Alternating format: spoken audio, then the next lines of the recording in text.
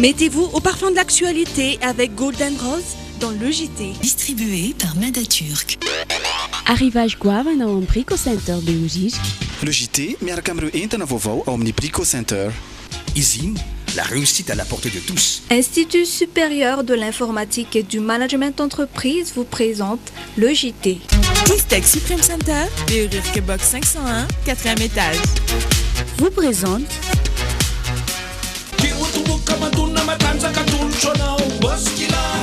Jereo ampilaminana le JT miaraka amin'ny Moskila.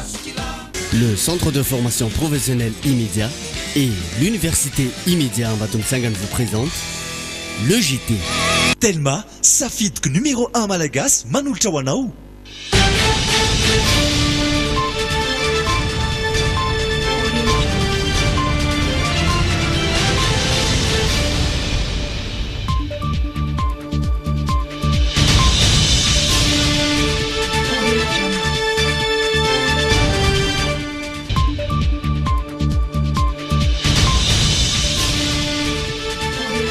Zoma fahatelo ny volana aprily miarabantsika rehetra tonga soa atao anatin'ny logité.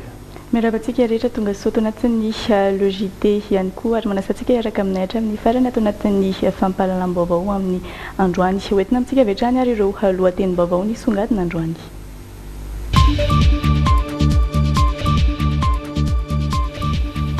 Nodisoiny orinasa jirama androany feo miely fa ho amidy ity orinasa mpanjakana ity. Accident zéro no tanjona mandritra ireo roa andro hankalazana ny fetin'ny Pâques hoentitra ny mpitandro ny filaminana sy ny ministera ny fitanterana. Amin'ireo maresaka iraisam-pirenena 770 ireo namony ainy vokatry ny asa fampiroroana tao amin'ny Universitény Garissa tao Kenya omaly. Ao anatin'ny hoianao amin'ny tapany faharoa atao amin'ny logité kosa no hitondrana amintsika ny fahitan'ny mponina eto an-drenivohitra ny fampiarana ny lalana amin'ny feny fifamoivoizana eto amintsika. Ary amin'ny vaovaon'ny fanatanjahantena indray dia iresaka mikasika ny taranja basketball isika.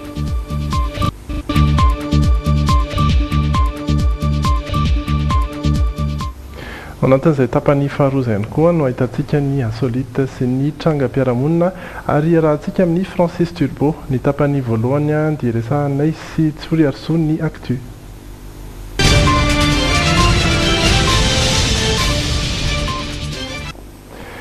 Namoaka ny heviny sy ny laza ny marina ihany koa ny avy ao amin'ny jirama.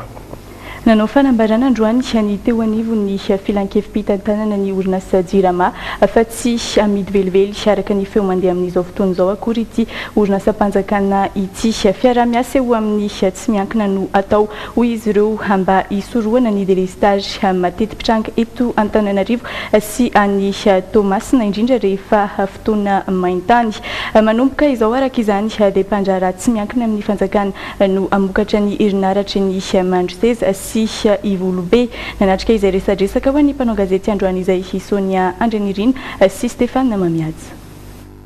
Nivoaka tamin'ny fahanginany manoloana ny resabe mandeha amin'izao fotoana mahakasika ny hanovana ny orinasa jirama orinasa arabarotra na tsy miankina androany ny tompona andraikitra teo anivon'ny filankevim-pitantanana ity orinasa ity.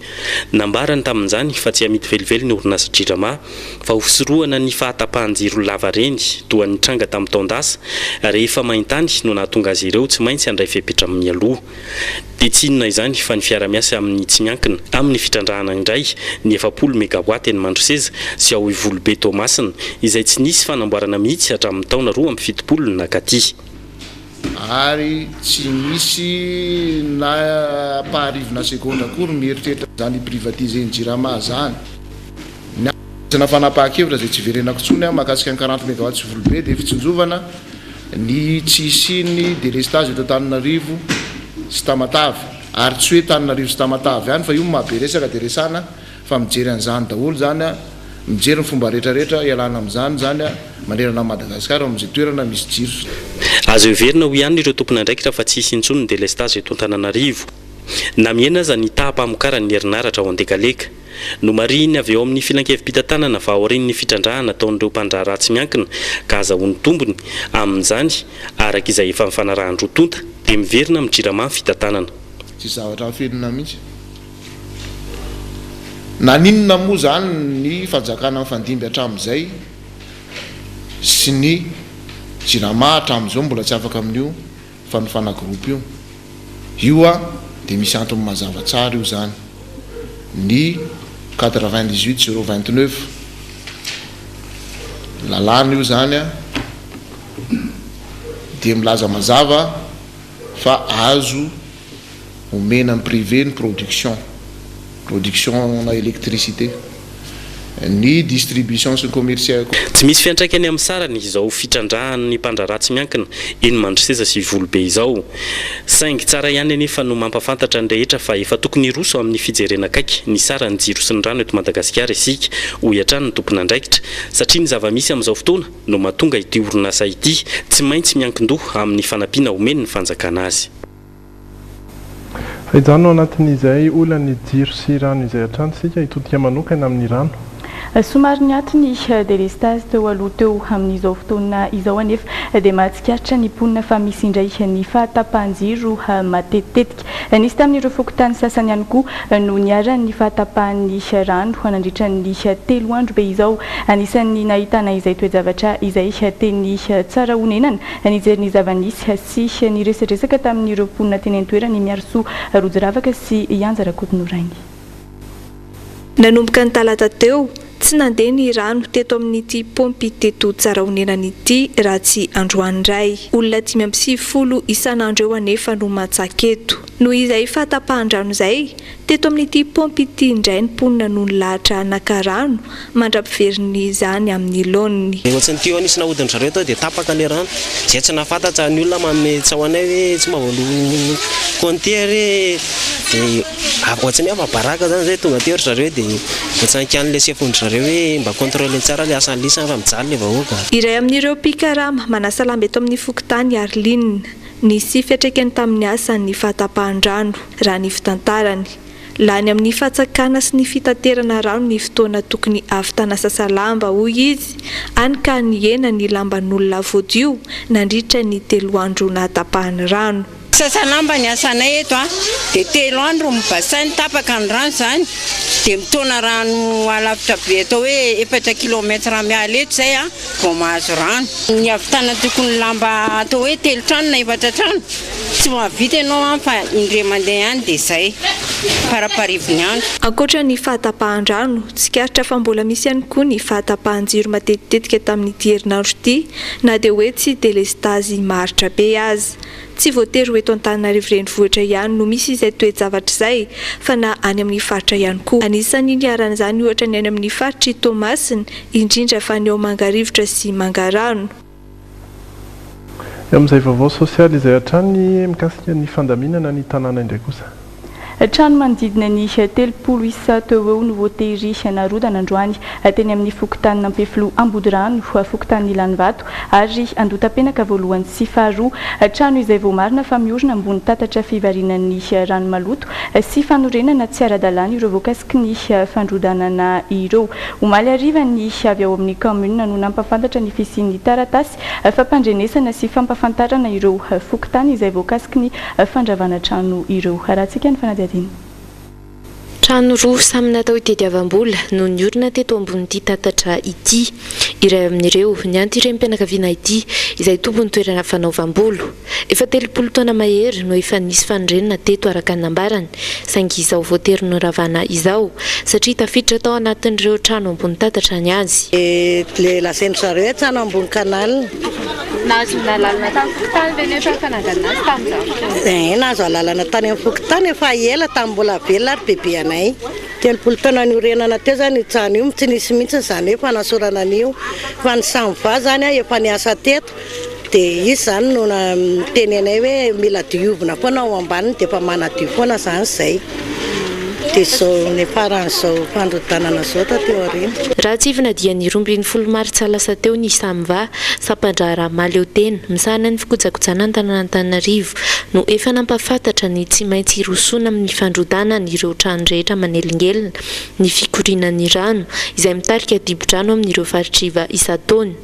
manodidina ny 300 ireo voakasika izay araka ny fanadiadiana efa nataon'ny teknisiana. Ity tompotrano ity kosa dia nanambara fa androany maraina oriray talohan'ny avian'ireo mpandravatrano vao tonga ny taratasy fampandrenesana avy amin'ny komina. Dia zareo zany tokony mba nanome fotoana zany mba nanome anona hoe mba amin'izao tokony hiala fa tsy tonga dia tapoka be na nasorany an'ilay trano. Ilay izy kokoa trano esana zany trano fiasana ao anatin'ny fety mihitsy zany nyrodaniny ilay trano fa tonga dia nyrodanina fotsiny ilay trano dia izay. Mbola tsisy nidina fa tamin'ny valo teo angamba niny. Trano 30 mahery no nambarany avy amin'ny komina fa tsy maintsy noesorana androany. Andiany voalohany anefa no natao ho an'izay androany izay. Amin'ny talata izao indray kosa ny fandrodanana manaraka araka ny fampilazana efa voarain'ireo mponina manana trano tsy ara-dalàna.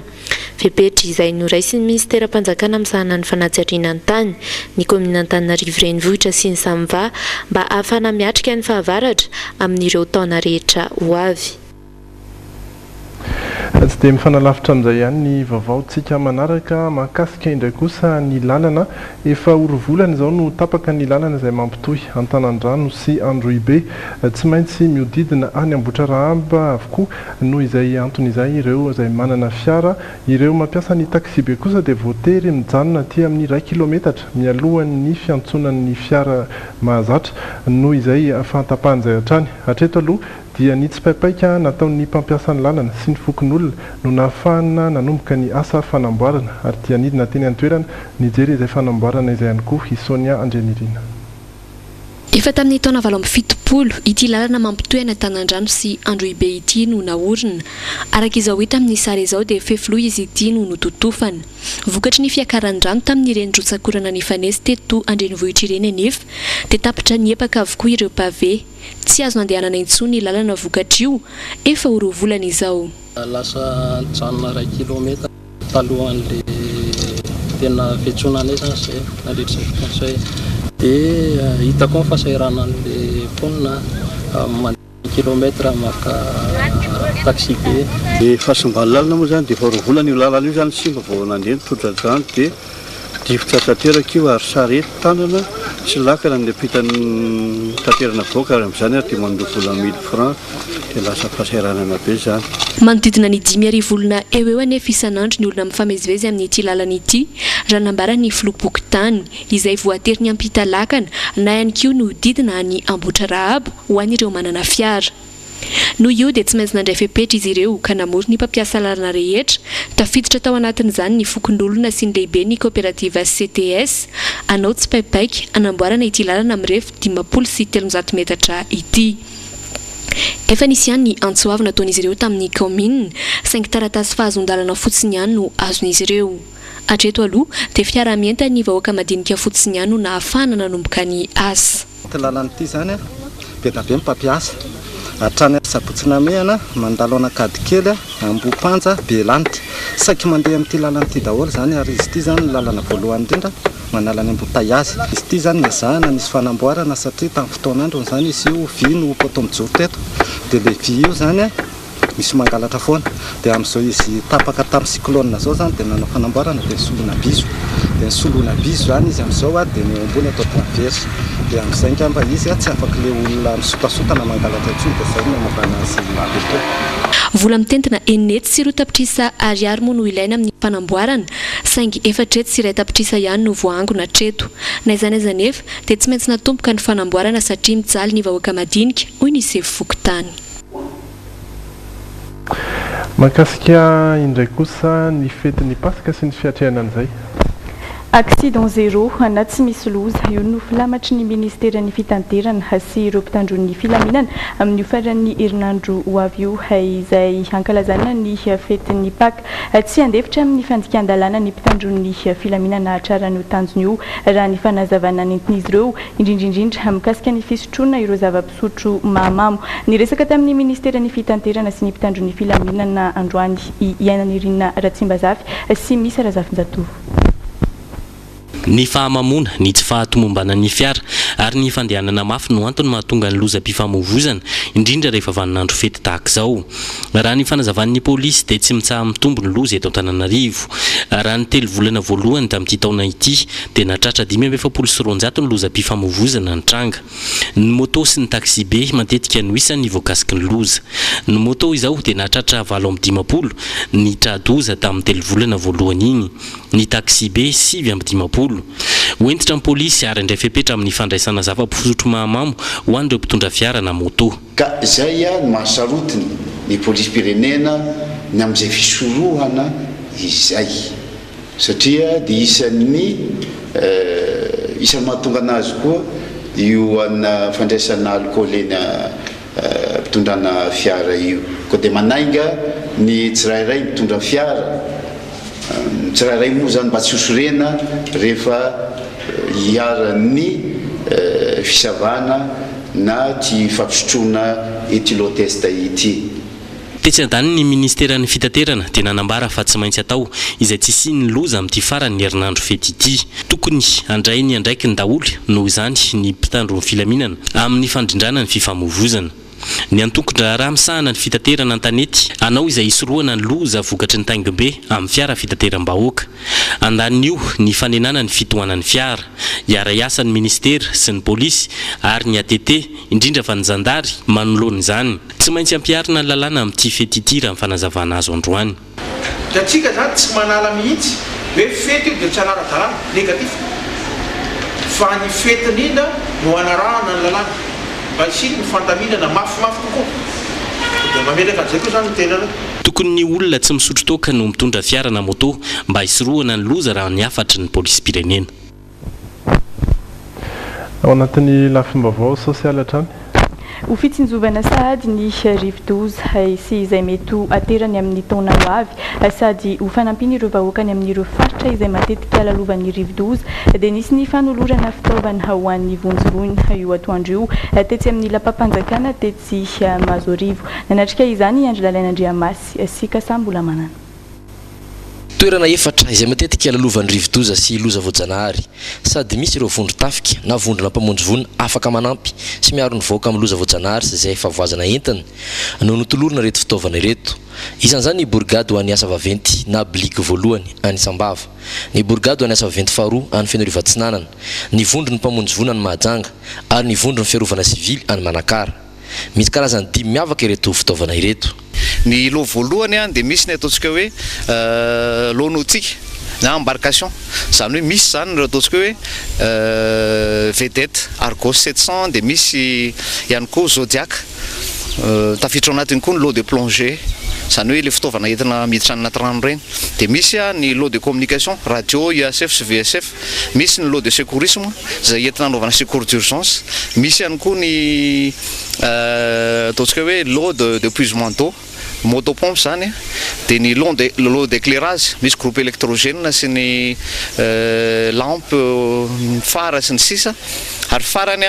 dia ny lot de dégagement et de manœuvre de force zany hoe raha misy azo tapaka, misy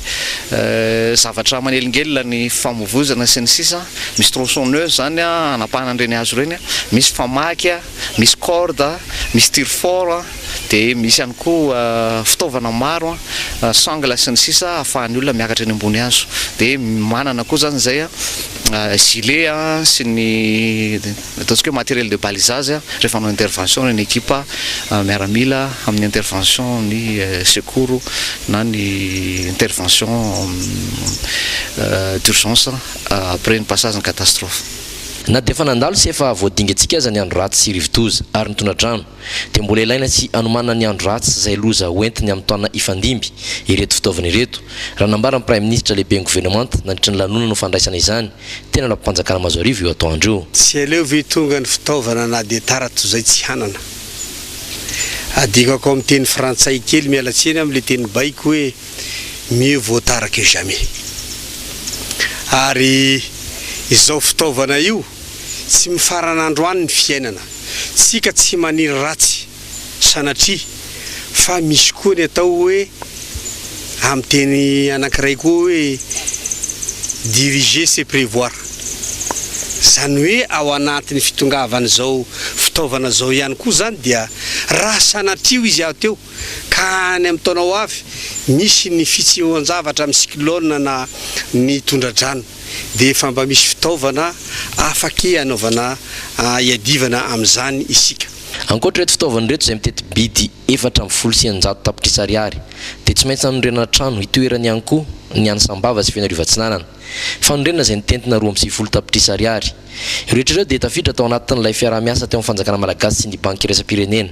ho amin'ny fanampiana sy famonjena ireo vahoaka sahirana izay natao sonita amin'ny taona 2024 ka haritra hatramin'ny taona 2024. Amin'ireo vaovao avy any amin'ny faritra hafa ankoatran'ireny ny Tomasina vaovao manodidina ny fitsarana.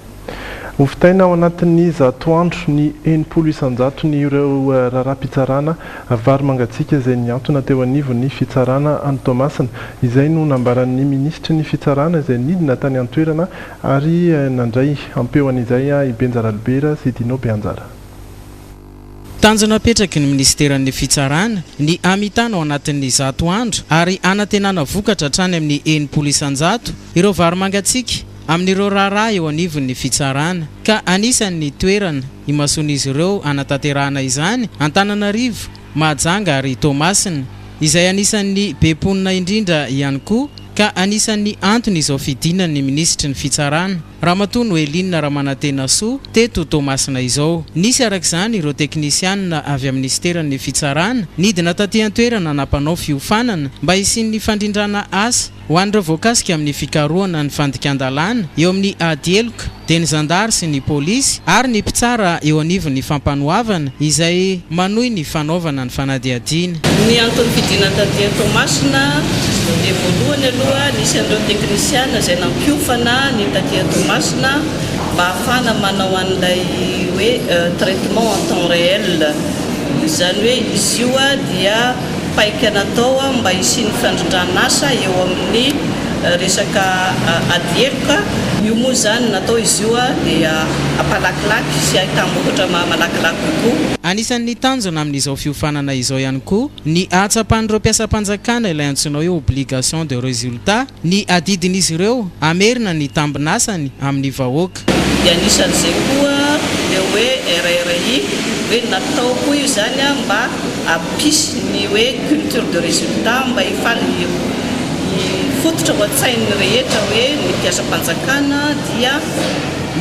manana didy ka noho izany dia tsy maintsy nofanina izy ireo zany mba ho hitany hoe mba azo tsapahitanana izay vokatra ataon'izy ireo amin'ny asan'izay ary ao anatin'ny fotoana fo izay mitarika ny amin'ny fametrahana ny hoe bonne gouvernance. Mba ahafahan'izy ireo manatanteraka izany ary dia nisy ny fitaovana maro samihafa natolotry ny ministra ny fitsarana izay fiaraha-miombina antoka tamin'ny ambasadin'ny Chine, ny ambasadin'ny France tamin'ny alalan'ny SCAC ary ny avy ao amin'ny OIF. Tondra fitaovana izahay nomena ny eto Tomasina, nomena ordinateur 10 ny tato amin'ny fitsarana ambaratonga voalohany eto Tomasina miaraka amin'ny onduleur ireo dia miaraka amin'ny imprimante ihany koa moanany asa. Dia ankoatr'izay dia nasiana groupe électrogène satria mba hialana amin'ny délestage zany indraindray mety ho tapaka ny herinaratra dia tsy vita ilay fanamby raha tsy misy an'ilay groupe électrogène. Teny filamatry ny ministeran'ny fitsarana ity moa ny hoe ny fitsarana mitsinjo ny ho avy kitro ifaharan'ny fampandrosoana ny Madagasikara miandrandra fiovam-penitra amin'ny fomba fiasa sy ny fitsarana amin'ny ankapobeny arak'izany ny vahoaka. Ny vahoaka tatoato izay efa tsy mahatoky loatra intsony ny fitsarana noho ny kolikoly ataon'ireo mpitsara sasany. Manampitrotraka izany indraindray ny fahatsapan'izy ireo ny fitarazoan'ny asa na ny raharaha eny anivon'ny fitsarana. Fa mbola latsaky ny 520 isanjaton'ny malagasy no manana rano fisotro madio sy lava-piringa amin'izao fotoana izao. Mbola maniry ny anaovan'ny fanjakana ezaka bebe kokoa hatrany noho izany ny Watered Madagasikara anatrarana ny vinan'ny fanjakana dia ny azahoan'ny malagasy rehetra izany fitaovana mpahadiovana izany mialoha ny taona 2024. Nanorina foto-drafitrasa mahery ny 10 tao amin'ny komina Andranomafana Betafo ity pray ominantoka amin'ny fanjakana ity androany ary dia nidina teny an-toerana ihany koa Izora Benandrasana. mbola lavitrezaka ny lalana ao ambany Madagasikara eo amin'ny fampisitrahana rano fisotro madio sy fotodrafitrasa fanadiovana ary fidiovana ho an'ny vahoaka malagasy. Amin'izao fotoana izao mantsy raha ny antotanisa dia mbola latsaky ny antsasa-manilan'ny malagasy no misitraka izany rano fisotro madio izany, torak'izany ihany koa ireo manana sy mampiasa lavapiringa. Efa misy anefa ny politika mpanjakana mahakasika izany raha nambaran'ny ministry ny rano sy ny fanadiovana ary ny fidiovana tamin'ny zoma 3 aprily tany Betafo. Ao anatin'ny programa nasional ny fitondram-panjakana ny fametrahana fotodrafitrasa azahoana rano fisotro madio manerana ny nosy ary azahoana an'ireo fotodrafitrasa idiovana sy anadiovana ihany koa manerana ny nosy. Vina mialoha ny taona 2024 izay ny filoha hery Rajonary Mampianana raha teo efa nametraka ny taona 2024 ho taona ny fanadiovana sy ny fidiovana. Velom-bola amin'izany ireo mpiray-ombin'antoka amin'ny fanjakana eo amin'izay famatsiana rano fisotro madio sy fotodrafitrasa fidiovana ary fanadiovana izay, saingy mbola miandry dingana sy ezaka misimisy kokoa avy amin'ny fitondram-panjakana izy ireo. Efa tafapetraka zany ny paikady ny andrasana amin'ny fitondram-panjakana dia ny sina sorabola, tetibola sy ny sina fanaparam-pahefana sy fitsinjaram-pahefana ahafahana mametraka ireo sampandraraha resaka rano fisotro madio, fanadiovana sy fidiovana tsy eny anivon'ny faritra ihany, faritra any amin'ny distrika, eny hatrany amin'ny commune zany dia tokony hisy sampandraraha manokana ho an'ity resaka rano fisotro madio, fanadiovana sy fidiovana ity. Mandra-piandry izany anefa dia mitohy hatrany ny asan'ireo mpiray-ombin'antoka amin'ny fanjakana toy ny an'ny Haute Oreille de Madagascar izay nanorina fotodrafitrasa 10 amin'ny famatsiana rano fisotro madio, fidiovana ary fanadiovana tao amin'ny commune Andranimafana Betafo izay notokanan'ny ministry ny rano sy ny fidiovana ary ny fanadiovana tamin'ny zoma 3 aprily. Eo amin'ny vaovao avy any ivelany Kenya. 770 ireo namoniainy vokatry ny fanafiana izay nataona mpampiorohoro somaliana tao amin'ny université ny Garissa tao Kenya omaly maraina. Fanafiana izay nivadika ho fakana ankeriny mpianatra 700 isa mahery nandritra ny tontolo androny omaly. Tao aorian'ny fandraisana andraikitry ny mpitandro ny filaminana dia afatra soamantsara ireo mpianatra ireo ary maty avokoa ireo mpampiorohoro. Ny andinindiny ary. Omaly tokony tamin'ny 5 ora maraina teo eo no nisy andiana mpampiorohoro Shebab mirongo AK47 nanafika ny université ny Garissa nanantona moramora ny varavarambe ny université izy ireo ary ny mosquée no notafiany izy ireo voalohany. Mpianatra sy mpampianatra maro no tonga mivavaka ao amin'ny mosquée ny université io isa maraina. Avy hatrany dia nitifitra ireo mpampiorohoro ary nahafaty ireo mirahalahy mpiambina ny mosquée.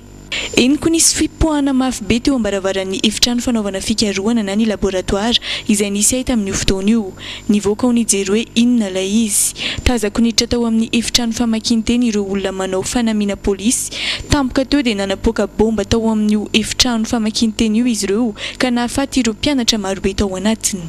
Mavesatra ny vokatra izay fanafiana nataon'ireo mpampiorohoro Shebab somaliana omaly tao Kenya izay. Raha kely indrindra 770 ireo namoniainy isan'ireo ny polisy keniana iray, miaramila iray ihany koa ary ireo mpiamina ny université ny Garissa. Olona 20 hafa kosa no naratra mafy. Taorian'ny fanafiana dia mpianatra 700 mahery no mbola nalain'ireo mpampiorohoro ankeriny ary nidin'izy ireo tao amin'ny trano fonenan'ireo mpianatra eo anivon'ny université na ireo dortoir. Naharitra ora maromaro ny fifampitivirana teo amin'ny mpitandro ny filaminana sy ireo mpampiorohoro taorian'izay, saingy avotra soamantsara ihany ireo mpianatra omaly tokony ho tamin'ny 10 ora alina teo eo. Ireo mpampiorohoro 4 amin'ny rahalahy kosa namony. Izay ny zava-nisy tany Kenya fa any Ghana indray kosa reny mpianakaviana voatonona ho mpamosavy no norohana tamin'ny tanàna nisy azy ireo ary mivondrona mihitsy amina toerana iray izay antsoina hoe Camp des Sorcières amin'izao fotoana izao. Miaina anaty fahantrana tanteraka halavitry ny ankohonana ireo reny mpianakaviana anjaton'ireo amin'izao fotoana izao. Ny fiarahamonina ho mpanao mosavy ireto reny mpianakaviana avy amina tanàna vitsivitsy ao avaratry Ghana ireto ka voaroaka tamin'ny trano fonenan'izy ireo. Mosavy, doro-trano, arety mifindra ary aitany izy ireo avokoa no voalaza ho tomponantoka amin'ny fisian'izany rehetra zany. Noho izay dia mivondrona eto amin'ity toerana iray antsoina hoe tobon'ny mpamosavy na camp des sorcières ity izy ireo. Vehivavy anjatony mahery izy ireo no monina eto. Norohaina tamin'ny tanàna nisy anay izahay satria lazain'ireo mpiara-monina taminay fa mpamosavy. Tsy fantatray akory anefa hoe inona no ratsy nataonay. Izahay moa natahotra ny fitsaram-bahoaka ka dia nitsoaka avy hatrany, tsy afaka nitondra na inona fa tanam-polo ary voatery nitady toeran-kafa alehy. Mitoka monina miaina anatin'ny fantrana tanteraka ireo izay monina eto amin'ny camp des sorcières amin'izao fotoana izao. Na izany ary anefa miaina toy ny olon-drehetra ireto reny mpianakaviana ireto. Tahaka ny fianakaviana kely iray mihitsy izy ireo eto. Ny taona 2024 dia nanome baiko ny tokony hanafoanana tanteraka ity toby ity ny fitondram-panjakana Ghanéenne. Nanomboka tamin'io fotoana io dia maro tamin'ireo mpanao asa sosialy ao an-toerana no nanampy ireto reny mpianakaviana ireto amin'ny famerenana azy ireo any amin'ny tanàna nisy azy teo aloha. Olombelona tahaka ny olombelona rehetra ireo vehivavy ireo, na mpamosavy na tsy, mananjo iaina eo anilan'ny ankohonana izy. Andraikitray noho izay ny mandray an-tanana ny momba azy ireo, eninjato mahery izy ireo no monina anatin'ny fantrana tanteraka eto. Ny ankamaroana nefa tena efa mananika ny 70 taona, ny sasany ary manana fahasembanana ihany koa. Ny 700,000 mponina ao Ghana dia mino ny fisian'ny mosavy, indrindra ireo izay mipetraka amin'ireo tanàna sy faritra miaina anatin'ny fantrana lalina, faritra izay tsy mahay mamaky teny sy manoratra avokoa ny ankamaroan'ireo mponina ao aminy. Ivianakely eto an-toerana isika mahakasika ny tsena. Mahasarika ny mpikarakara ny manomana hetsika samihafa rehefa hankantoko ny fety tahaka izao. Tafiditra ao anatin'izay ny tsenabe samihafa, tsenabe izay tsy voatery momba ny sakafo ihany fa mikasika indrindra ihany koa ny fitafiana sy ny kojakoja isan-karazany. Iray amin'izay ohatra ity tsenabe iray ity. Ny anomelanja ny entana friperie izay no tanjon'ny mpikarakara amin'ny hetsika grande friperie. Samy ho hitanao ety avokoa arak'izany na ny akanjo, na ny kilalao, ny kiraro, ny poketra, eny fa na hatramin'ny atin'akanjo azy.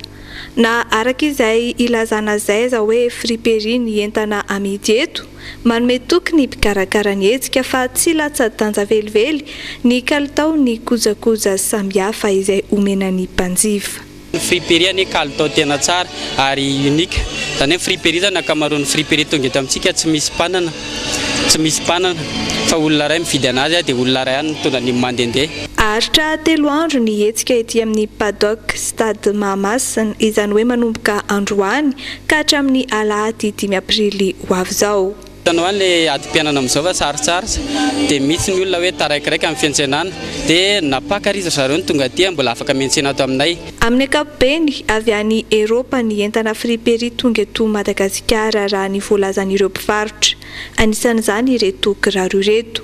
Nofantenana mihitsy mba ny lohan'entana no alaina anomezana fahafaham-pon'ny mpanjifa. Friperie ahitanao karazany betabe dia marika rehetra anatiny, na kirarom-behivavy ohatra na kiraro-dehilahy, ny lamba koa qualité tsara dia tsara. No marian'ny mpivarotra fa mora sy zakany fa efa mividin'ny malagasy tsara ny friperie.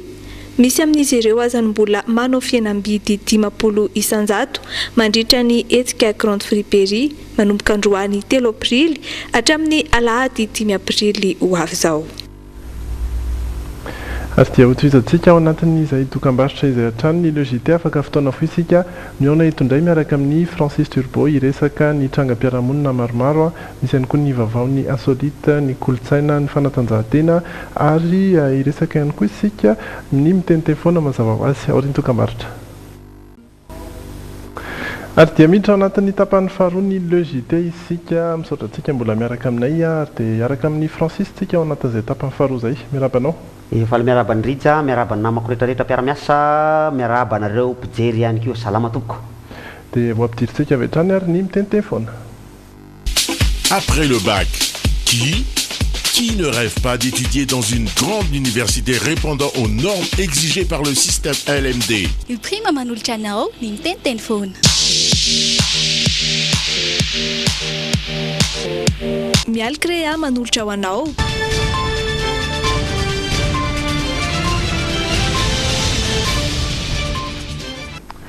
Fanamariana anankiroa amin'ilay générique iny. Fanamariana voalohany misy soratra zay ary alohan'ny imprimerie pour les stages. vao manomboka mihitsy iny le sport iny de polestage ohatrany délestage foana ny fahitana lizy am'le vaotranga eo le sara fanamerena faharoa rehefa vita le fandaharana rehefa any amin'ny farany any ty logité ty de mbola misy hoe io prix manolotra anao le izy tokony hoe natolotry ny prix manao teo fa jereo mbola misy an'izay ndraindray any fa any amin'ny sasany misy hoe nanolotra anao teo ny anina ny nanolotra anao teo ny misy an'izay sasany fa misasany mbola misy hoe ny anina manolotra anao ny zavatra efa vita ary ka dia tafiditra anaty le miteniteny foana zany fa ilana tsiny tompoko tsy maintsy tenitenenina foana zany zavatra zany vaovao nandeha teo jirama vaovao nandeha teo tapaka ny rano eny atsaraonena fa iverina indray izao aloha ny vaovao io resaka jirama io ohatrany mampiasapiasa saina ihany tokoa satria nandeha nitsaotsao teo hoe privatiseny alainy tsy miankiny de zao dia nanao démentir zany kanefa io démentir nataon'io zany hoe fanalana an'le tsao io ohatrany manamarina ihany fa ina moa no mahasamy hafa an'le hoe privatisation sy io zavatra atao io hoe tsy amidy fa fiaraha-miasa no atao zay ny fomba fiteny azy teo tsy amidy fa fiaraha-miasa no atao amin'ny tsy miankina zay hitantana ny eny amandroseza sy ny tena fanomezana tsy miankina ihany zany privatisation ihany zany amin'ny lafiny anankiray privatisation ihany zany le orinasa jirama zany no tiany zareo amafisina ngamba satria misy ampahany goavanao aminy zany zay omenany privé karazana inona re zany contrat ihany zany fanaovana satria mijanona ao ny fanjakana foana nge ny jiramana izy anaty zany ohatra ny fitenenako foana isaky misy fotoana hafahako miteny zany hoe nahoana reny tsy omena satria mianana manaraka mivantana ny logitaire zareo nahoana ny tsy omena olona tsy miankina ny fitantanana ny CRJS automasina ny toerana ohatrohatran'izany satria any fanjakana ny CRJS ny lapany ankizy mpisavalalana teo aloha teo na ny centre régional de la jeunesse et du sport automasina toerana fanaovana spectacle anisany tsara sy raitra indrindra eto Madagasikara tsisy laninazy izy zao satria ny commune no mitantana azy tsy manambola ny commune satria tsy afaka mitantana amin'ny lafiny privé amin'ny lafiny société ny commune fa dia maha commune zay moa zany dia ohatrohatry hoe asa fanasoavana mba ahoaka no ataony kanefa raha ohatra ka meny privé io be de be ny privé afaka mitantana an'io tsy midika akory zany hoe privatisena lizy fa fiaraha-miasa amin'ny tsy miankina zany hoe atao ny fanarahana hoe ampiasao mandritry ny 10 taona ary io de mba izao ny fanarahantsika hoe ohatrina nomenareo anay fa amboarinay io ataonay am'izay na 20 taona na 20 taona zay fanarahana io amboarinay io de misy ofany io de jereo ange reo toerana privé na tsy miankina fanjakana eto Antananarivo eo ireo hoe zay toerana fanaovana fampisehoany mahazo vola ireo ary miodina somatsara tsy potika ohatran'io CRJS automasina io tsy aritra zany ohatra zany ihany koa ny commune Antananarivo renivohitra zay nabe resaka teo migrevy ny mpiasa am'izao fotoana zao satria nahoanina satria ny mpiasa de miteny hoe privatisena ndraiky io ny ampahana asa mandraraha sasasasany zay mampidibola ato anivon'ny commune Antananarivo renivohitra anisan'izany ny fangalana tike ohatra de miteny moa ny avy eo anivon'ny fiadidina zany république fiadidina zany tanàna Antananarivo zany fa hoe tsy privatisena lizy fa externalisena ndraiky io zany hoe tadiavina le fomba iantsona lizy externalisena zany hoe omenany tsy miankina ny fitantanana privatisena ihany zany zany hoe aza miady hevitra amina terme zany loha itsika le fomba fiteny fa le zavatra zany de efa misy vola lasany tsy miankina any fa maninona iny ty misy teny anankiray zay satria privatisena externalisena fiaraha-miasa zany dia teny azo lazaina fa ara-teknika teny frantsay zay somary anomezako tsiny an'Andriamantoa Premier Ministre zay niteny teo eno inge ty zavatra tenenin'Andriamantoa Premier Ministre ty averina kely izy inge jerentsika ny hoe adikako amin'ny teny frantsay kely mialatsiny amin'le teny baiko hoe mieux vaut tard que jamais eo zany izy de adikako amin'ny teny frantsay kely mialatsiny amin'le teny baiko hoe zany hoe ny teny frantsay zany ho an'Andriamantoa Premier Ministre de teny baiko azafady tompoko tena tsy tokony ho teny baiko intsony taminy mbola zanatany tsika no teny baiko ny teny frantsay satria io no mibaiko atsika fa am'izao tsika efa mahaleo teny zao dia ilazana ianareo rehetra zay manana ny fomba fiteny io fa tsy fiteny baiko intsony no fitenenana teny frantsay fa teny frantsay izy anjareo any iny fa hoan'izay mbola baiko iny any de tsy raharahako zany fa izaho dia tsy baiko ny frantsay noho zany teny frantsay ny anjareo iny fa tsy teny baiko tsy mibaiko atsika intsony reny Andriamantoa Premier Ministre sy namany rehetrarehetra satria tsy ianao reny moa ny mpiteny an'iny fa be de be nareo ny mpiteny an'izany zavatra zany aza miteniteny zavatra ohatran'izany zany ihany koa no mahatonga an'reto sary reto satria be de be ianareo no mbola mandefa sary hoy aho ray mandeha teto efa manomboka tsy tena milay loatra ntsony le sary alefanareo tompoko satria ny sasany aloha zany de sary tao anaty internet mariky fa reo sary tao anaty internet reo a tam'izao nisy ny Facebook zao de mivezivezy be loatra reo sary reo fa tamin'ny taloha mbola tsisy Facebook anika efa tany anatin'lay blago.net tany anatin'ny humour.com tao anatin'ny blague rire tany any anatin'ny site internet daholo nangalanareo an'ireny sary mampimeme mivezivezy ao anaty Facebook reny ka noho zany tsy reny akory no avoaka eto fa mba sary alainareo amin'ny smartphone nareo sary alainareo amin'ny appareil photo nareo reny no avoakantsika eto a ka tsy de nampimeme loatra itsony ho izy kanefa sao de miteninareo manina le sary alefanay raha izy tsy mba alefanao alefantsika izy reto ny sary mandeha filariny izy eo 1 2 3 4 5 alefa nge peinture fraîche ty no mbola tsaratsara ty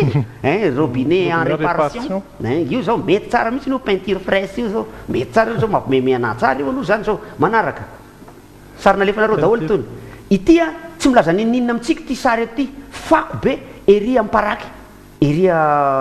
nino moa zany eny ambojanary rehefa nambojanary eny eny amparaky dia jerentsika fa misy gros plan zay ao a rehefa avy eo dia télé no narina teny amparaky manamariky le olona zany nanomboka tanteraka le blaguenao raha Francis le sketch hoe tsy azo anarina télé to efa misy manary télé am'izao fotoana zao fa ny télé aritsika koa tsy récupérable atsony kosa aloha elana tsiny le teny baiko tsy récupérable atsony tsy azo atao ninina atsony aloha zao télé zao aloha sary manaraka tsy lana azo tsony mihitsy ity de sary tany amananara maro antsetra tsy haiko tany avarabaratra tsy nanana tany izy ty zay ngamba izy ty fanondromana omby resaka tobina omby aretin'omby ngamba izy ty emplodinta ny fandahanasa eto amin'ny toby lundi et mercredi en 7 heures maraina emploi du temps emploi du temps emploi du temps lundi sy mercredi emploi du temps ka izy fa za mihitsy tsy nahafantatra ka mijanona amin'ny 6 heures ariva jaoka misy no miasa amin'io andro io amin'ny tomby jeudi sy samedi amin'ny 7 heures maraina mijanona amin'ny 6 heures ariva andria mazava no miasa amin'io andro io amin'ny tomby mahafinaritra zany zavatra zany dia hitatsika fa misy ezaka ataon'le olona amin'ny teny malagasy zay tsy haino mihitsiny manaraka eto a dia ny mbola tany mifaritra iny ihany keo sary nalefanareo ihany keo izy tony a mamahana tamin'ny tinga ma mbola tamin'ny andro seltel ty raha tsy diso a mamahana crédit seltel tato raha tsy diso a kanefa lasa kapoty protecteur ny teto ambany teto lasa hoe mamahana protecteur izy mahafinaritra ihany manana masona pakasary zany io mason'olona io manaraka dia ny sary tetsy analakely tetsy ridelix ity zay ridelix teny nosy be angamba no moa ity sary ty no nalainy zareo ohatrany obélix sy astérix mihitsy ridelix sary manaraka dia ny sary teny nananina teny tsy fantatro ty nataiza fa spécialiste réparation io de le mitondra an'izy hoe teny baiko mihitsy io satria teny voatery tsy maintsy atao teny frantsay ve fa tena ataovy teny gasy le raha manahirana fa tsy manina ataovy amortisseur aleoleo kokoa mahita io aloha zany tsy diso amortisseur io e voiture toute marque ny marque aloha diso am'zany fa lasa aloha ny Q lasa alohan'ny E mantsy lasa alohan'ny U ny travaux garantie ho azy alay alefasa amin'ny zavatra hafa lay de ity a zany nakasary an'ity omaly ariva tamin'ny télévision anankiray teto andreny vohitra dia teny gasy tena diso mihitsy a ary hitako nareo miteny am'le teny baiko satria teny frantsay raha mandeha amin'io zavatra ohatrany io a tsy sokianina loatra ho an'ny tony télé tony tsy ty télé ty aloha fa ho an'ny ty télé ty a momba ny tetezana betsiboka misy soratra amin'ny defile hatramin'ny 700 ny tahampavy ny asa fanarina diso ny tahampavy tany tsy mpanoizana ny tokony eo fa tsy faingo miantona tsy mbola nisy miteny malagasy soratana misy faingo miantona zao ny tambateny ny fahavitana le izy a fa tsy fahavitaniny fotsiny zao misy hay eo amin'le tahampavitany zay ny sary nalaina omaly zay ngambany mbola misy ao ka mbola misy les vivants rono velona tenena amin'io zao rono velona sary fa voray akeo felaela ihany fa zay vao navoaka le izy a misy manao fanahinina koa moa le olona sasany aloha zany ty de hita tery amin'ny stationnement tery a yaourt maison atao ity manala azy fotsiny zao ty angamba metimety hoe mba zay mba misy makasary ty alefa midrimine yaourt maison atao aminay sady matsiro ny tena amilay tsy mandoa vola voaratsy ny entana cause amène be ok zany rehetrarehetra zany de entina nala azy fotsiny a fa tsisy zavatra diso eo akory zay ngambany amin'iny a fa stop aloha io ajanony aloha io sary io fa rehefa aveo resako io a ity sary ty dia mifandraiky indrindra amin'ny zay ho resako satria hiditra amin'ny vaovao eran-tany manerana malaza eran-tany tsika tanterahina omaly tany a Lausanne tany Suisse ny fifanarahana teo amin'ny tandrefana 10 tota sy ny iraniana ray tota eritreretintsika fotsiny aloha zay mizana tsindrin'ila izay dia nataony fanarahana ara nucléaire hoe ahoana efa andro maromaro zay zareo ny fanarahana raka atao tokony ho tapitra tamin'ny faraiky amin'ny telopolo volana marsa teo ny fifanarahana fa tsy vita dia omaly faharoan'ny volana avrily zay vao vita fifanarahana io maromaritra iraisana lizy anisan'izany ohatra ny isan'ny centrifugeuse zay atahorany zareo dia atahorany zareo tandrefana tokoa hoe sao dia anamboatra bomba nucléaire ary reto iraniana reto sao dia anamboatra bomba atomika ary reto ary dia nahena ho lasa 9 ny isan'izany centrifugeuse zany any Iran any dia faly moa ny andaniny sy ny ankilany hoe zay vao mba mety tsy atahorana tsony ny herin'ny iraniana anamboatra an'ireto bomba nucléaire reto fety be ny tany Téhéran omaly ariva eran-tanàna feno olona ny avenue lehibe indrindra tao Téhéran ary feno tomobile manao klaxon ny olo ohatra nandresy tamin'ny coupe du monde reny mihitsy hoe tena nandresy ny antony dia zao aloha afaka ny ankivy ara-toe-karena apetraky ny tandrefana ary dia eto am'izay ny mandeha ny fisainana satria ity sary aseho antsika ity dia tamin'ny 1992 ho anay izay génération boky moa zany tao anaty boky no raisiko izy ity boky tao an-trano fa ho anareo zay génération iny izy teo Facebook dia tsy fantako na any anaty internet na tsy any fa tamin'ny 1992 ty sary ity io mangamanga maitsomaitso reny hitantsika maitsomaitso reny ireo firenena manana arme nucléaire efa fatapirenena fa manana arme nucléaire zay atreo dia ohatrany hoe tsy maninona zany hitantsika efa i France manana io i Angleterre io manana i États-Unis io manana i Russie sy Biélorussie sy Ukraine io manana satria 92 efa tsy isy tsony ny URSS tamin'izany ary ireo menamena somary manopy orange couleur ireo dia eritreretina fa hanana manana zany hoe tsy mampikiropaka loatra zareo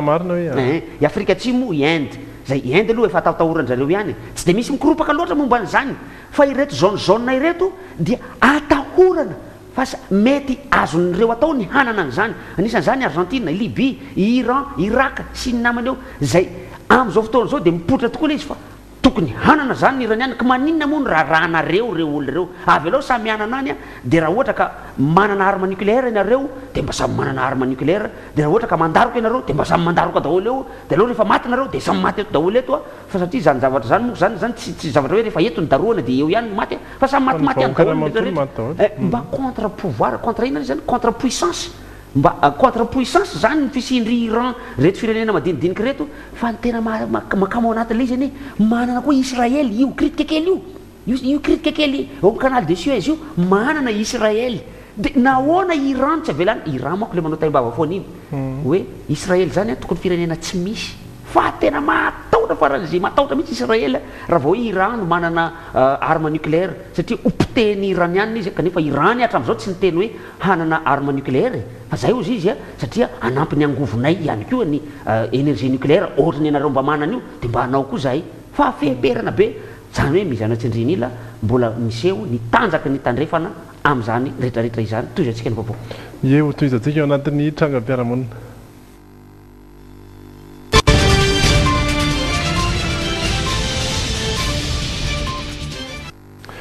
hitodika kely any amin'ny banque centrale asika satria lasibatry ny alatra sy ny oska ity banque foibeny Madagasikara ity ary lehilahy roa no voaroroy tamina asa ratsy teo anivony ity androm-panjakana ity ny voalohany amin'izay lehilahy ny voalohany amin'izay dia mpiasa ao anatin'ny banque centrale ihany ary voaroroy amina alatra vola tota izay tokony ho nariana ny faharoa kosa dia malaza amina oska ary to lohana tambazotra mihitsy raha ity fanadihadiana hoentiny Jeredoa ity ny alarobia teo no tonga nametraka fitaraina natao amin'ny polisy misahana ny raharahara teo karena ny tompona andraikitra avy amin'ny banque foibeny Madagasikara antanina renina nampilaza fisina halatra vola ao n'ity banky ity tsy karitra izy ireo fa misy mangalatra ireo vola simba sy tonta izay tokony ho alefa hopitehina nandritra ny fanadihadiana ary no nahafahana nitazona olona iray izay voaroroy tomponantoka tamin'ny halatra vola mpanara-maso ireo mpanisa vola no asany ary 7 taona ny lehilahy rehefa natao zany ny fanadihadiana nijerena ny caméra de surveillance dia lehilahy anankiray tompona andraikitra ambony ao amin'ny banque centrale ihany no hita eo amin'le caméra mampiditra vola any anaty akanjony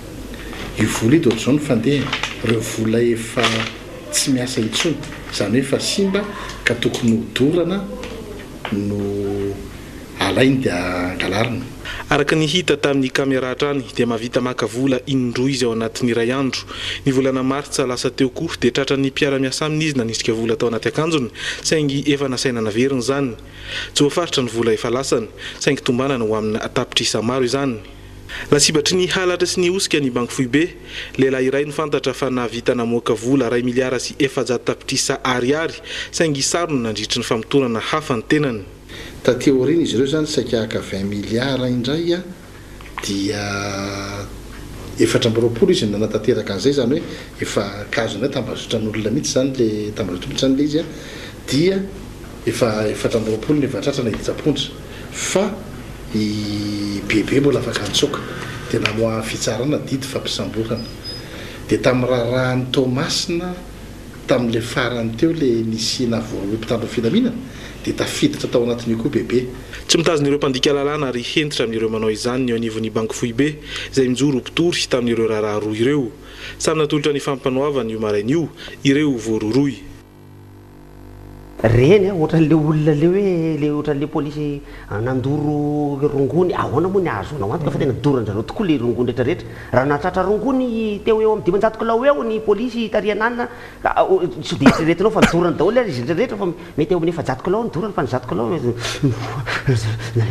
ohatra fa eo ray mampiasa saina ihany koa amin'ity banky foibe ny Madagasikara ity ahoana ino mitombo ny volan'ny Madagasikara rehetrarehetra avy eo ny miainga avy ao no malefa ny vola rehetrarehetra io zany tokony sapandraraha be vola indrindra kanefa dia sapandraraha risany kitoto jereo ny raha afaka mamerina angely namana teknisianao le sary voalohany banky fo ane soratra eo le soratra mihintsana banky fo Madagasikara jereo le soratra any voalohany namana teknisiana angely mbaverina kely banky fo le izy jereo le banky fo Madagasikara dia maninona re raha mbamboarina zavatra soratra kely kitoto kely anie dia efa vita io zavatra io ao ny toeran'ny vola ho dia ohatrany hoe io no mahantra indrindra amina banky eto Madagasikara reto nefa na ny banky banky primaire dia ao daholo maka vola na ireny banky madinidinika reny kanefa reny banky primaire reny dia tsara ny soratra BOA BV ny BNI ny mahafinaritra daholo ny CA etsetretra mahafinaritra daholo fa ny banky foibe mahakamany mijery azy mba amboary reny tompoko raha mba azo atao raha misy vola. Efa resaka fifandonana indray ty resantsika manaraka ity somary miavaka satria ny fandonan'ny polisy sy miaramila tetsy amin'ny fasan'ny karana tamin'ny tolakandro io araky ny fanazavan'ireo vavolombelona izay nahita teny an-toerana dia ny fankalala fony mbola kely ary ny famaly teny an-toerana ny polisy sy miaramila iray resaka fisavana entana no entana ho alefa no anton'izay fifamalian'izay na dia nampahafantatra ny tenany aza ilay miaramila isaky ny fisavana dia toa mila vaniny kosa ilay polisy hoy ny vavolombelona trany nisy ary ny fifamaliana dia raikitra hatramin'ny fifampikasihan-tanana naratra tamin'izany ilay miaramila ny antsony namany avy eny amin'ny kapsaty izy ary nitsoaka kosa ireo polisy tao amin'ny posta fasan'ny karana vantany vao nahita olona ampolony nanao beremena rehefa tonga teny an-toerana moa ny lehibe ny komissarian'ny boriboritany fahadimy misana ny posta eny amin'ny fasan'ny karana dia nilamina ihany ny toedraraha saingy mbola isy toyny izany raha ny zavaniseho teny an-toerana. Likilik mpiarahamonina daholo zany toy izy ndray zany hoe samy olony fandriam-pahalemana moa samy fisehoana milay le izy zay ny tokony izy fisehoana samy milay hoe za ino milay no laisany tsy milay efa tetsy amin'ny pavillon Analakely raha nandalo teny Analakely nareo samy nahita azy ity avokoa tsy nisy azony raisina intsony ny 700 nyreo entana tao amin'ity tsena iray tao Analakely ity may nandritry ny zavanitranga io maraina io tokony ho tamin'ny 7 ora teo eo izy ity no nitranga araky ny fanazavana avy amin'ny ity mpivarotra ity dia tafo no avy ao amin'ny tafo no ny atomboan'ny afo saingy tsy voafaritra kosa ny mety nahatonga izay fanahy masina ny latsaka zany raha avy ao ambony mitondra ny fanazavana aloha Jerry Edouard ndao enona tsy misy azony raisiny intsony ny 700 entana tao amin'ity tsena tao Analakely ity izay may nandritra ny zavanitranga io maraina io tokony ho tamin'ny 7 ora teo eo araka fanazavana avy amin'ity mpivarotra ity dia tao amin'ny tafo no ny andohan'ny afo saingy izy voafaritra kosa ny mety ho nahatonga izany. Rehefa fahafantarako azy zany raha ohatra hoe nidonaka tany Monzely izy zany dia namono compteur tato atao ambany zany efa azoko zany mety avy amin'ny fil avy amin'ny compteur niakatra anakany zany mety nahatonga an'le izy nirehatra zany satria efa nidonaka tsy azo mitohana intsony zany le afo tany ambony tany. Pavillon miisa 2 no may ary kojakoja fampiasa anaty birao sy enta-mandinika no niarany rehetra tao tsy nisy ny ainana fohy sy ny naratra ary tonga rapitaon'ireo mpamonjy vohina matetika no isehoana haintrano ny ety amin'ny pavillon ary efa mandray fepetra manoloana izany ireo mpivarotra. fepetra misy fotsiny aloha zany ety aminay zany isaky ny hariva zany hoe tsy maintsy volona ny compteur zay ny fiarovana ety zany dia ny ankoatran'izay moa misy responsable koa eto amin'ny pavillon zany izy no mielektra sy mikarakara ihany koa amin'izay fandaminana sy ny anina zay no mahatonga hoe mbola isy fanakitiana atao zany dia arakarak'izay zany no anina fa ny commune moa zany tena mielektra satria tsena ny commune tsena dia zay moa no mivarotra ao dia misy le mety fanoana zareo sy fanampiana zany amin'le fanamboarana satria eo no fivelomana. Anisareo mangataka fanampiana sy fijerena akaiky ihany koa ireo mpivarotra ny commune Antananarivo renivohitra no misahana an-tsena ary nanambara ny taly miandraikitra ny ara-toe-karena fa manamafy ny fomba rehetra entina misoroka hain-trano izy ireo. Izay eo amin'ny commune Antananarivo renivohitra dia tsy mitsahatra manentana foana mpivarotra indrindra amin'ny toerana ohatr'izao satria fatatsika fa efa tranainy efa ela tokoa zany hoe pavillon Analakely zany ilaina ny fanaraha-maso feno ho anay aty amin'ny commune dia misy foana fanentanana ho an'ny mpivarotra hoe tokony hijery anara-maso ny installation ny courant anatin'ny tsena io aloha mbola ifampiresana satria mbola tsy tafahoana amin'ny tompon'ny tsena izahay fa mbola miatrika an'le loza aloha dia avy eo hita ifampiresana ahoana fomba andaminana izay resaka izay. Fantatra fa tsy mbola misy aloha ny fanonerana ara-piantohana saingy mihevitra ny hanao izany ireo mpivarotra nalaky voafeny afo tamin'ity indray mitoraka ity miantso ho an'ny fahamailona hatrany ireo mpamonjy voina. Izay avy ao amin'ny tafo tsy tao anatin'ny 3 andro 3 andro zao dia resaka court-circuit avy any ambony tafo any daholo misy ohun-javatra goavana teto Antananarivo le anankiray le afaka omaly le court-circuit Ambodivona le niteraka fahatapahan-jiro niteraka fahafatesan'olona ihany koa le izy iny koa zao le androany zao mbola avy any ambony tafo any zany tokony mailimay any tsika mianakavy loza. Iresaka vaovao mahafinaritra indray sika nombokely iresaka insolita fa alohan'izay aloha ny diary.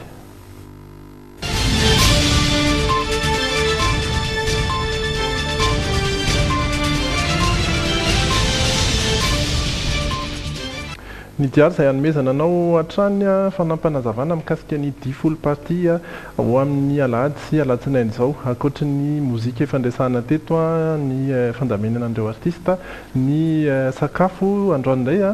dia miantavola no iresadresaka amintsika n'ireo kilalao maro samihafa izay azo atao eny an-toerana mandritry ny 2 andro amin'ny atoandro ihany no misy ny kilalao izany hoe lahady maraina hatramin'ny hariva alatsinainy maraina hatramin'ny hariva kilalao maro samihafa izay mety azahoana loka ihany koa andao inoana ny fanazavana. Ie, ohatra mazatra moa eny amin'ny 10 party dia misy fête foraine tena hoe goavana be ahitana kilalao maro isan-karazany zany mazava ho azy fa ao anatin'le ray alina ariary izay fidirana any amin'ny 10 eny amin'ny Bato Beach dia efa hoe misy jeton zany azahoan'ny olona zany hoe misy jeton gratuit dia afaka hoe milalao izy zany fa rehefa lany kosa ireny jeton le maimaimpony ireny dia tsy maintsy hoe mividy jeton hafa indray zany zareo andraisana anjara eny amin'ireny stand de jeu isan-karazany ireny izay azahoana loka mahafinaritra be ho an'ny rehetra. Raha lazaiko fotsiny izao le hoe mitire gagner izay rehetrarehetra tonga eo amin'ny stand io dia tsisy hoe mody maina fa tsy maintsy mahazo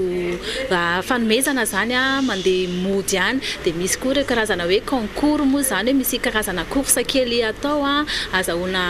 cadeau izay dia eo ihany koa ny just dance zany sady mandihy ianao nefa mbola mahazo loka ihany koa misy zany nefa hoe kilalao efa hita tamin'ny heritaona dia mbola misy indray kilalao hoe vaovao be izay hoe atolotra ho an'ny olona rehetra izay mankafy an'izay hoe fialam-boly milalao kely izay azahoana loka. Ohatran'ny ny loto zao ohatra dia matetika renim-pianakaviana foana ny eo amin'ny loto eo izay azonao loka hoe mahafinaritra ihany koa misy ho an'ny ankizy kely ihany koa eny eo amin'ny stand de jeu moa misy an'izay hoe ny ankizy kely izay hoe mety hiety aminazy fa zareo manana ny espace enfant mihitsy ihany koa ary ambadika ary misy kilalao isan-karazany ihany koa fa any kosa aloha zany tsisy an'le hoe fanomezana fa hoe mba miala voly fotsiny ny ankizy. Izay mikasika ny kilalao rehetra izay azontsika atao lahady sy alatsinainy mbola iresaka ny 10 ihany sika ary dia amin'ny lahady aloha zany ny fotoana raha mipitso indray ny fanazavana hafa mikasika ny tena fandaram-potoana rehetra iverenantsika izay amin'ny raha mipitso ivadika anatin'ny asolitsika ary.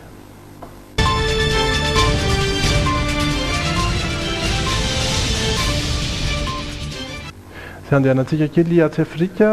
somary resaka mety hoe mampiome nefa ny mampalahelo ihany koa satria ireto tovovavy atsy amin'ity firenena izay ho resahantsika ity dia somary manana olana rehefa tonga ny fadim-bolana ary tsy mandeha mianatra mihitsy izy ireo ny dikan'izay dia misy herinandro sy andro maromaro tapaka ny fianarana ao anatin'ny volana ary dia nisy ny sosikevitra sy vahaolana hoentin'izy ireo anatin'izay ndao hoe nonary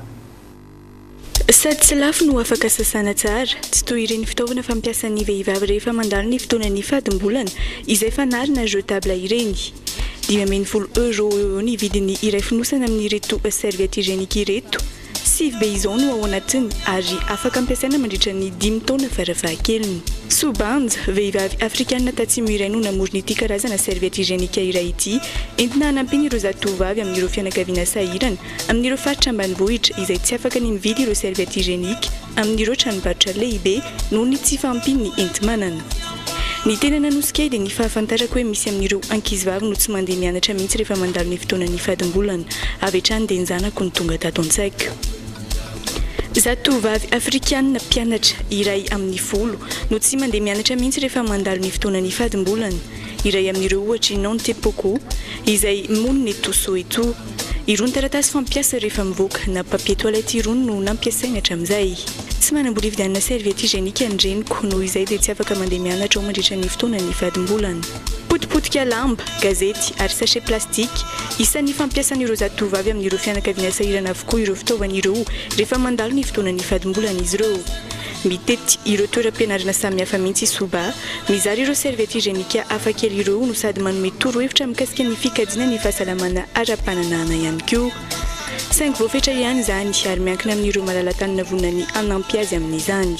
Ilay faritra malama no mipetaka amin'ny alalan'ny presse tahaka izao. Maharitra mandritra ny 3 ka hatramin'ny 9 ora ny serviette iray ary rehefa feno dia afaka esorina dia soloina vaovao ary afaka sasana avy hatrany ilay efa niasa teo aloha. Amin'ireo faritra maro hafa eto Afrika dia efa mesaka ny mitady vahaolana ihany koa ny rehetra. Ao Rwanda zao ohatra dia serviette hygiénique vita amin'ny ravin'akondro no ampiasain'ireo vehivavy rehefa mandalo ny fotoanan'ny fadim-bolana. Marina fa manambetsaka ireo vehivavy aloha ny fisian'ireo serviette hygiénique izay amidy amin'ny vidiny takatry ny sarama-be-vahoaka ireo. Fa ankoatr'izay dia mampandroso ny toe-karena ihany koa ny fanamboarana azy ireo satria mampiena ny tany tsy fananana azy.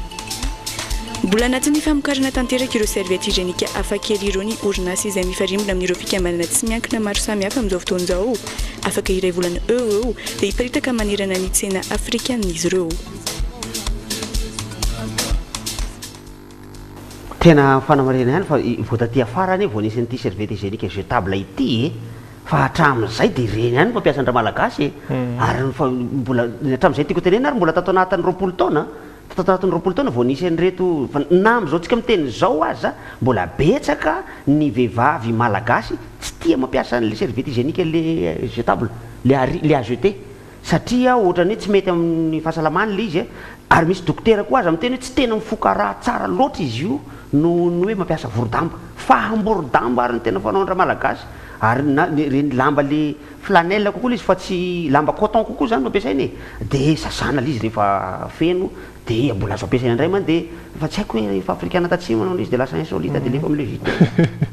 Io raha fijery azy teo zany le hoe le tovovavy any amin'ry zareo no somary sahirana mitady an'izay vorodamba izay mihitsy angambany na mety ilay lamba raha mety melafo ho any zareo fa ny aty amintsika raha ondratsika indray atsika dia makany aloha hivadika ao anatin'ny fanatanjahantena indray ary farany.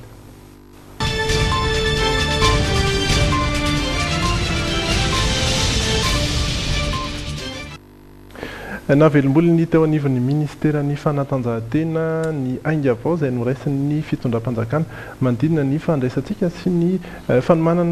fanomanantenantsika hiatrika ny lalaon'ny nosy dia ho atao atsy la réunion izay ny marimarina kokoa amin'ny fiandon'ny volana aogositra ho avy izao ary dia nitondra ny fanazavana ihany koa androany nanisa le gazety. Tao anatin'ny hafaliana no nanambarany ny ministra ny fanatanjahantena malagasy fa nanomboka nitodika amin'ny fanomanantena ny ekipirena malagasy amin'izay ao anatin'ireo taranja 10 izay hiatrika ny lalaonosy ny fitondram-panjakana. Nodinihana tao anatin'ny filan-kevitry ny gouvernemanta ny talata teo ny makasika ny fimanantsika hiatrika ny lalaonosy izay atao amin'ny la réunion ny fiandohany volana aogositra ho avy izao. anisan'ny namafisina tao zany a dia ny fanafainganana ny famoahana ny vola hoentimanana iatrehana nyo fampifondronana nireo atletasika tafiditra indrindra amin'ny fanomanantenan'izy ireo a hiatrika n'izay lalaon'ny nosy a ho totosaina ny amin'ny nosy la réunion moa voalohan'ny volana aogositra ka hatramin'ny fahasiviny volana aogositra ho avy zao ary nitsindriana ndray matoa prime ministre mafy a fa maika tokoa io zavatra io a ary saorana anazy moa satria ny fidirany atseritra amin'ny zavatra toy itony dia manafainga tary indrindraindrindra mampiseho a ny finiavan'ny gouvernemanta zay tarihiny a hiditra atseritra sy ampiseho zay firaisakinan'ny gouvernemanta zay satria dia lazaiko anareo eto fa namafisina tao koa ny resaka coachine amin'ny alalan'ireo ministra ao anatin'ny gouvernemanta izay samy nametrahana taranjam-panatanjahantena iray avy isaky ministera roa tsy ny andrela fa nitoy tamin'ny famorina ireo mpitantana ireo fédération na 10 andrainjara amin'ny lalaon'ny nosy izany io atao andrio fivorina zay nandiniana momba ny ofimanantsika sady nanomeza ministera pia toromarika ho azy ireo apetraka amin'izareo amin'izay ny marimaritra rehetra ny fipetra rehetra makasika ny fampifondronana indrindraindrindra ny fitiliana n'ireo zay atletasika indray anjara satria misy eo amin'ny 5 eo zany no mpandray anjara amin'ny UCDSIL io a izay hoe zahantsika hanana an'izay ataontsika hoe ny farany kely a amin'ny fahaiza manao a amin'ny taranja isanisan'izay lalaovin'izy ireo a mba hahafana miasika UCDSIL zay sy indrindraindrindra azo vokatra tsara satria mbola veriko ihany a fa ny tanjona zany a mitindray mitoraka ity dia ny hana tsara ny vokatra tany Seychelles tamin'ny taona 2014 satria raha sahivy tsy ahivona dia tany amin'ny laharana fahefatra no nisy Madagasikara. Fantatra koa fefanasaina nandao ny kianja mitafy ny ANS Ampefloy ireo trabony izay napetrany natao ary efa nisorona tao amin'ny kianja mitafy nakoron-drano ihany koa ireo fitaovana ampiasain'ny voamera-pirena maleo tena amin'ny sahana fifidianana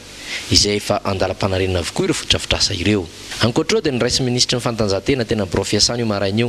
ny filoha-hevitra ny fédération expérimentaranja taekwondo ITF Paul Verer izay izarany fahaizana amin'ireo mpiatroka malagasy amin'ny herinandro ho avy izao. Andray mbavakely farany mahakasika ny basket coupe du président tanteraka teo ny demi-finale ny manasadalana ary dia fantatra zany fa ny GNBC no iona amin'ny fandray fiala ho an'ny rampitso satria dia GNBC no nandresy ny TTS 9 no 3-10 ary fandray fiala nandresan'ny Cosmos 1-9 no 9-90 izay no isa farany tamin'ny ariva teo ary dia rampitso eny amin'ny lapan'ny fanatanjahantena manomboka ny 10 ora sasany izay famaranana izay amin'ny basket coupe du président. Eo mihitsy ny magaga fa inona ny amin'ny 11-12 avril ao amin'ny palais des sports famaranana ny coupe du président satria misy an'izay 11-12 avril coupe du président ao amin'ny palais des sports ary dia fanazo daty amin'izany zahay ary amin'ny lafan'ny fanentanana ary hoe nareo nanao fanentanana mihitsy aloha ndraso marintsika kely sao dia tsy rampitso ve nefa dia rampitso ny fiadinany plasy fahatelo ny rampitso Cosmos sy ny TTS alohan'izay ary dia ny ariva rampitso mihitsy izay ny ato anatin'ity ny famaranana fa hitantsika ny 11-12 misy sokajy maromaro angamba dia sokajy sasany rampitso dia sokajy sasany ary sao dia lanonana fanomezana loka allo tsy telefona fa aloha dia anazy aloha amarintsika izy tika dia iarahantsika mahita ao ny valiny rehefa manaraka ie dia zay koa no mamarana ny EJT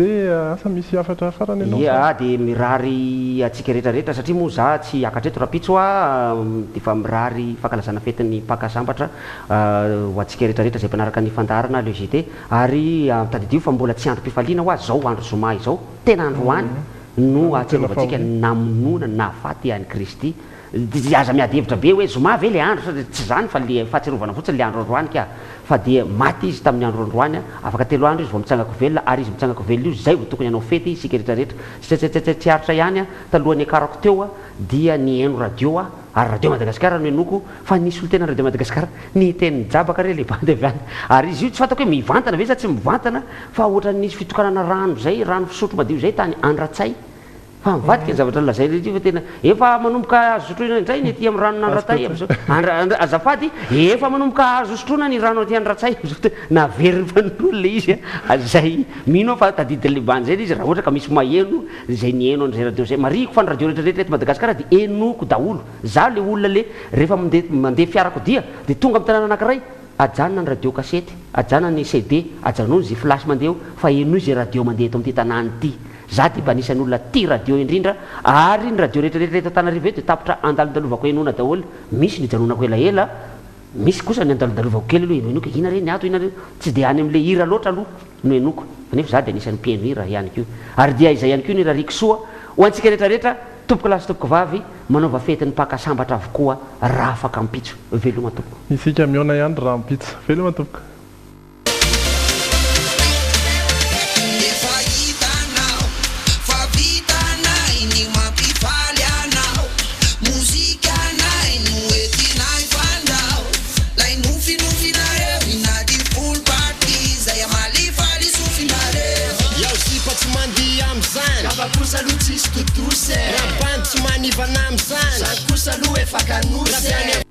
Telma, Safidko numéro 1 malagasy, nanotra ho anao teo. Golden Rose, style in make-up. Mettez-vous au parfum d'actualité avec Golden Rose dans le JT. Distribué par Madaturk. Arrivage goavana ao amin'ny Brico Center Beojijika. Le JT miaraka amin'ireo entana vaovao ny Brico Center. Izy la réussite à la portée de tous. Institut supérieur de l'informatique et du management d'entreprise vous présente le JT. Tech Supreme Center, BRIRK Box 501, 4e étage. Vous présente